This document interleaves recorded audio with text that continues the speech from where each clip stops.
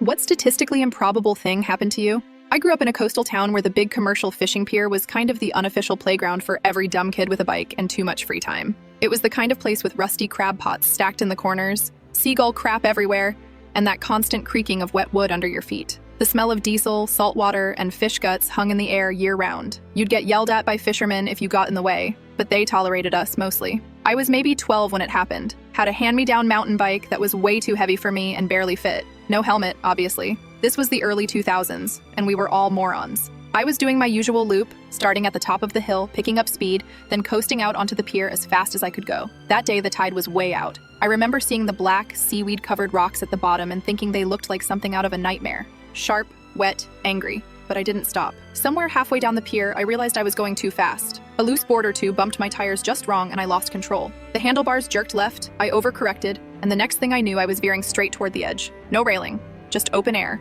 20 feet above those barnacle-covered rocks. I jammed my feet down, trying to brake with my sneakers, slammed my heels on the edge of the pier to try to stop myself from going over. I felt the front tire slip off the edge and the back tire lift up behind me. The whole bike tilted forward until the seat was jammed into my lower back, pinning me against the top edge of the pier. I was at a 45-degree angle, the bike halfway over the side, me stuck underneath it, completely unable to move. I remember the sound of the chain rattling and the wind howling in my ears. I was just stuck like that. Couldn't push backward, couldn't climb off. I started yelling. Nobody came at first. I had this terrifying, slow realization that I might still fall, and if I did, I'd go down headfirst onto jagged rocks with a 20-pound steel bike following me. Then a fisherman noticed. Older guy, coveralls, beard that looked like it had never been washed. He sprinted over, saw what was happening, and didn't hesitate. He leaned down, grabbed me by both arms and said, "Let the bike go. I'll pull you up." I was panicking, but I trusted him. I nodded. He counted to 3, yanked me backward with everything he had, and I twisted sideways, kicking the bike off me midair. Only, the bike didn't fall. It just hung there, suspended over the edge, front tire dangling in space.